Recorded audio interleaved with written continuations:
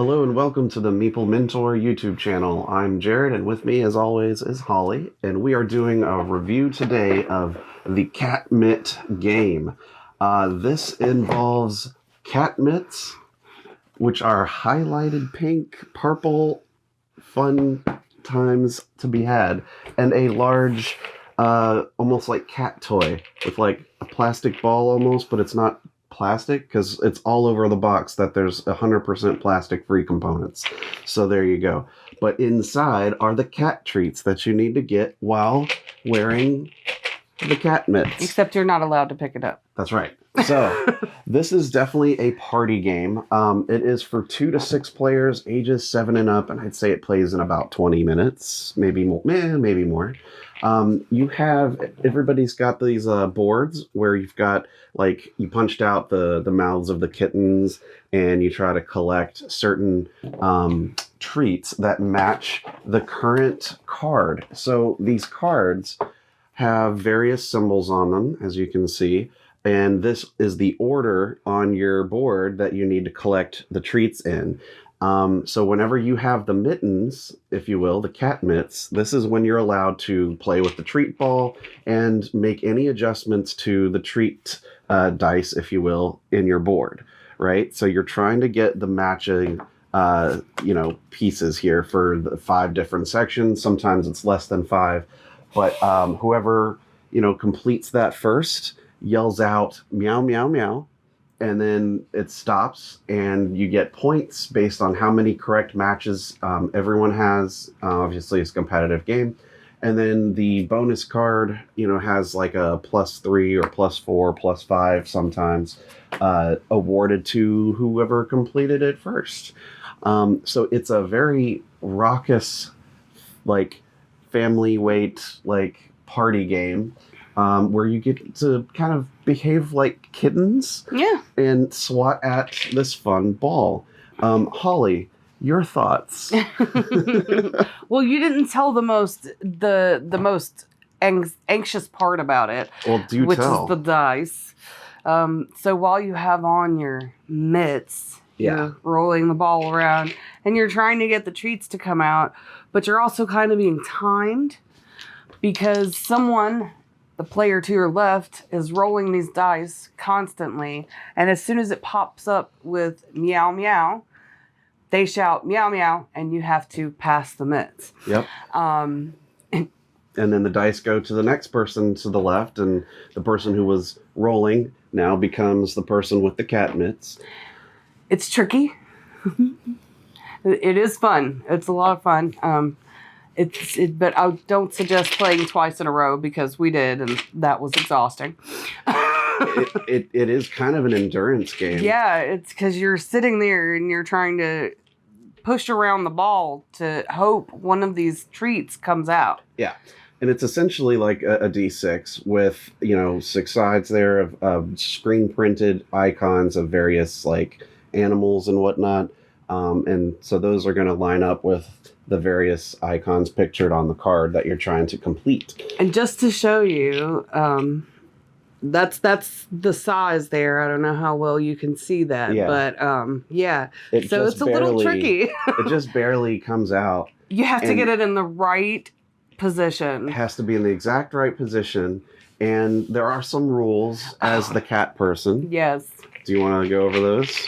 Oh, so if you are currently the kitten, and you spill one out of the treat ball, and the other person yells meow meow, you cannot have that treat any longer. That is up for grabs for the next person. Yeah. You get to sit here and try to flip things to the right side if they're not on the right side, but you can't touch anything after someone yells meow meow. So it's very anxious. It's like, yeah. oh, I don't know if I can. Because you don't know how long you're going to have to play with this thing and get them out. And then the second something comes out and then they yell meow meow, and you're like, I just got one.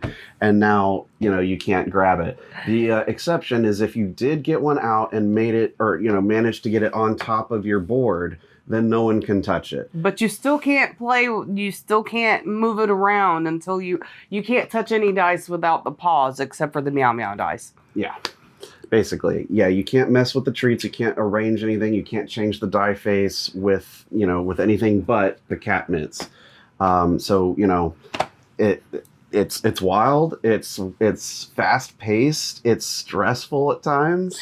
I found that my strategy was to steal dice from other people because I have not figured out how to get anything out of the spot. I think I've loosed like maybe 3 of them. So with the mitts, you're not allowed to pick up the ball. You basically are only allowed to roll it around and swat like a cat at it. Toy. Like this, or this kind of thing. But you can't, pick it up. You can't shake it like that. Like it has to stay on the table. And, you're just kind of rolling the ball like a cat would until you get a treat out. Yeah. And as many as you can to fill up the board. And then, of course, you can end the round. You play through 3 rounds and then you add up points, and points wins the game. There are some alternative rules that we subbed in on our second game. And that includes a red and a green die. And there's no faces to it. It's just red and green. And this is one of those, when it pops out of the ball, everybody has to react in some way very quickly. Which I have a difficult time remembering. Yep. So when the red poison cube comes out, everybody has to raise their hands at the same time and hiss at it. It's like, or whatever. Yeah. The last person to do it collects that cube in front of them, and at the end of the round, it's -3 points. So you want to stay on top of it, because if you're not the one moving the ball, if one of those comes out, you do want to pay attention because it could really help you or hurt you if you don't. The green one on the other side of things is the catnip, where the first person to rub their hands like cat paws on the table and purr and say purr, purr, purr, right? Then they get the catnip, and that green cube allows them to immediately take a treat from someone else and place it on their board in the exact same orientation that that player had it. And then that catnip goes back in the ball. So there's some things like that really make it a little bit more almost stressful. And I say that because it's fun until it gets crazy when, someone rolls meow meow on one roll and then you immediately stop and you're like, really? But meanwhile, the next player might take 3 minutes to go because it takes them, the player forever to roll the meow meow. Another thing, I have a little bit of an issue with the 2 color dice because when someone's rolling that ball around, you can't immediately see what came out, especially if you're focused on rolling these. So I think that's why every time we played with her, she ended up picking up the red one because she was busy rolling the dice. Yeah. And she couldn't see what was going on. And then a couple times when it came out, it was like hiding behind the ball, so I didn't see it.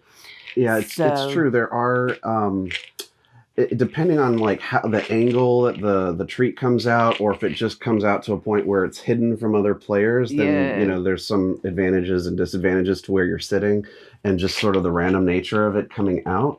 And like Holly said, I mean, if you're the one rolling the dice, you're frantically focused on rolling for doubles. Yeah, I'm absolutely not paying attention to what's coming out of that ball. You just can't watch 2 things at the same time. So we found it to be a more fun game without those extra colored cubes. But I think it's a cool addition for your game if you want to include them for a different style of game. I'd say a challenge, maybe. It's definitely a challenge mode. But I think it's just more fun and silly, just basic playthrough, without the colors to worry about. But the frantic rolling can be fun, but also stressful, and it's funny to watch, when you're not one of the 2 people either rolling or using the mittens. That's the one thing that I have to say. Your downtime in the game is still fun. Yeah, it's fun to watch people do it. Except for, the where you kind of dissociate and don't realize that you're supposed to be rolling because the other person has touched the ball already, and you're like, oh, I should probably start rolling. Yeah, of course. Let me get going on that. So it's like, I gave them a head start, I guess. Yeah, pretty much.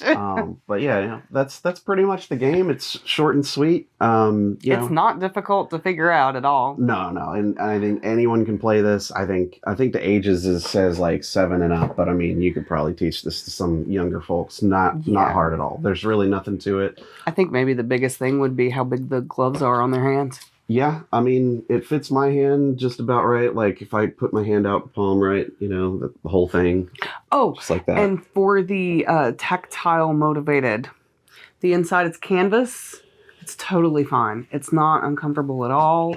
Yeah, it's not scratchy. Weird. It's not itchy. It's not hot. It's nice. It feels kind of like an oven mitt that's very comfortable, but not like an oven mitt on the inside. Right, that's what I mean. It's more like an oven mitt's feel on both sides. It's nice. Yeah, it feels comfortable. So overall, it's functional. It works great, and it's a fun, loud party game.